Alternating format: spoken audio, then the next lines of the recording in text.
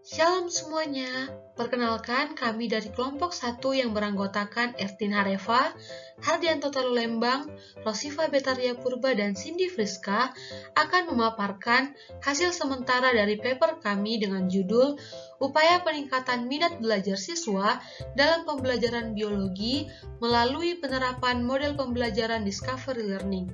Selamat menyaksikan. Nah, pada bagian pendahuluan, kami memulai dari definisi pendidikan. Kemudian kami memaparkan pendidikan Kristen sebagai alat Tuhan untuk merekonsiliasi siswa melalui proses pembelajaran. Pada bagian latar belakang, kami juga memaparkan apa itu belajar yang nantinya akan memengaruhi perubahan tingkah laku dari siswa. Pada bagian latar belakang ini, kami memaparkan juga kondisi pandemi saat ini yang mengakibatkan turunnya minat belajar siswa. Siswa dengan minat belajar yang besar akan memanifestasikannya dengan keaktifannya di dalam kelas sehingga membentuk suasana kelas yang aktif. Namun, pada kenyataan yang kami temui pada saat PPL 1, dilihat bahwa siswa itu pasif atau tidak aktif di dalam kelas. Kemudian kami menyampaikan ciri-ciri kelas yang tidak aktif berdasarkan teori. Setelah memaparkan ciri-ciri kelas yang tidak aktif berdasarkan teori, kami memaparkan apa yang menyebabkan siswa ini menjadi pasif di dalam kelas. Salah satunya adalah guru yang menggunakan metode pembelajaran hanya dengan berceramah. Oleh sebab itu, kami memaparkan bahwa guru di sini memiliki peran, yaitu sebagai rekan sekerja Allah untuk mendorong siswa untuk aktif dan berkontribusi dalam kelas. Pada observasi yang kami lakukan, guru melakukan pemecahan masalah dengan menggunakan model pembelajaran Discovery Learning. Di latar belakang tersebut, kami menarik satu rumusan masalah, yaitu bagaimana penerapan model Discovery Learning untuk meningkatkan minat belajar siswa dalam pembelajaran biologi. Selaras dengan itu, kami mengambil tujuan, yaitu menjelaskan penerapan model Discovery Learning untuk meningkatkan minat belajar siswa dalam pembelajaran biologi. Dalam penyusunan paper ini, kami menggunakan metode penelitian, yaitu kualitatif deskriptif. Oke, dalam fokus kajian kali ini kami mengambil tiga fokus kajian. Yang pertama itu adalah minat belajar siswa, yang kedua itu penerapan model pembelajaran Discovery Learning, dan ketiga yaitu kaitan antara minat belajar dengan model Discovery Learning. Minat belajar sendiri yaitu adalah rasa menyukai atau ketertarikan kepada sesuatu aktivitas belajar. Nah, melalui minat belajar ini siswa sangat dibantu dengan dapat mengingat materi dan dapat bertahan secara lebih lama, sehingga dapat mendorong siswa untuk mengetahui materi dengan lebih dalam, dan siswa tersebut akan lebih memiliki daya tertarik atau penasaran terhadap suatu materi tersebut. Dengan model Discovery Learning, siswa dapat dibantu untuk menyusun pemahamannya melalui pengalaman langsung. Dengan tujuan, siswa dapat berperan lebih aktif untuk mengeksplor atau mengumpulkan informasi dari berbagai sumber.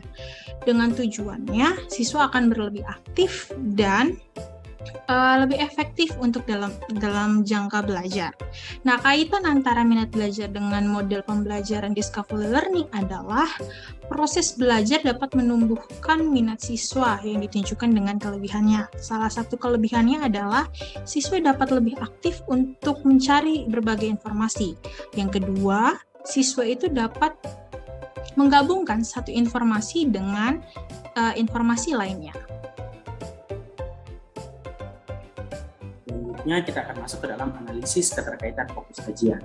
Nah, setelah melakukan observasi, dapatkan bahwa hasil observasi yaitu siswa yang cenderung pasif di dalam kelas, karena metode yang digunakan oleh guru cenderung menggunakan metode ceramah yang mempengaruhi minat belajar siswa di dalam kelas. Nah, minat belajar dan juga model pembelajaran adalah suatu proses dari pembelajaran. Model pembelajaran yang tepat itu adalah ketika pembelajaran tersebut dapat memicu dan meningkatkan minat belajar dari siswa. Oleh karena itu dibutuhkan suatu teori belajar yang konstruktivisme, yang mana menggabungkan satu konsep dengan konsep lainnya. Selanjutnya kita masuk ke dalam isu-isu filosofi pendidikan. Nah, isu pendidikan saat ini yaitu pendidik Kristen saat ini kurang memperhatikan secara keseluruhan sistem pembelajaran yang diberikan dengan dasar filosofi Kristen yang benar. Jadi cenderung hanya mengajarkan konten tetapi tidak didasari dengan filosofi pendidikan Kristen. Nah, para pendidik Kristen ini harus belajar untuk terus memperkaya program pembelajaran mereka di dalam kelas. Salah satunya adalah program pembelajaran pada masa pandemi yang berlangsung secara daring ini.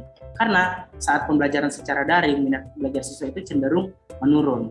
Oleh karena itu, guru bukan hanya sebagai fasilitator di dalam kelas, tapi juga diharapkan dapat menuntun siswa. Nah, siswa yang merupakan gambar dan rupa Allah ini yang telah jatuh ke dalam dosa, itulah yang perlu dituntun oleh guru sebagai agen rekonsiliasi Allah di bumi. Sekarang kita mencoba membahas sintesis, rekonstruksi, dan presuposisi filosofi sesuai dengan WKA. Dari pemaparan materi sebelumnya dapat kita pahami bahwa guru itu seperti sebuah kunci dalam kelas yang menentukan apakah kelas itu berjalan menyenangkan atau tidak. Model pembelajaran yang dihadirkan oleh seorang guru akan sangat berpengaruh terhadap minat belajar siswanya. Memiliki minat berarti siswa memberikan perhatian sepenuhnya terhadap pelajaran, bahkan hal-hal lain di luar pelajaran yang mendukung pelajaran tersebut. Disinilah seorang guru bekerja, yaitu seperti seorang gembala bagi domba-dombanya, sehingga guru itu dapat menjadikan pendidikan itu sebagai sebuah fondasi yang kokoh untuk bangunan atau untuk masa depan siswa-siswi. Satu-satunya teladan yang paling sempurna yang dapat diikuti oleh guru sebagai seorang gembala adalah Yesus Kristus. Khususnya ketika Yesus datang ke dunia, Yesus memberikan teladan yang sangat sempurna sebagai seorang gembala bagi murid-muridnya.